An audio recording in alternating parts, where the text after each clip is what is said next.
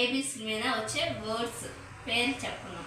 కానీ ఇలా కాదు, అటువైపు తిరిగి కూర్చోవాలి. సరే, కూర్చో. ఆ సైడ్ ఐడెంటిఫికేషన్ చేయించాము. ఈరోజు ఆల్ఫాబెట్స్ మీద వచ్చే వర్డ్స్ ఐడెంటిఫికేషన్ చేద్దాం. ఆ వర్డ్ సౌండ్ అనేది తనకి ఎంత రీచ్ అవుతుంది అనేది ఈ క్లాస్లో చూద్దాం. ధనుష్, ఓకే, నేను చెప్తాను చూడు. Apple, ball, cat,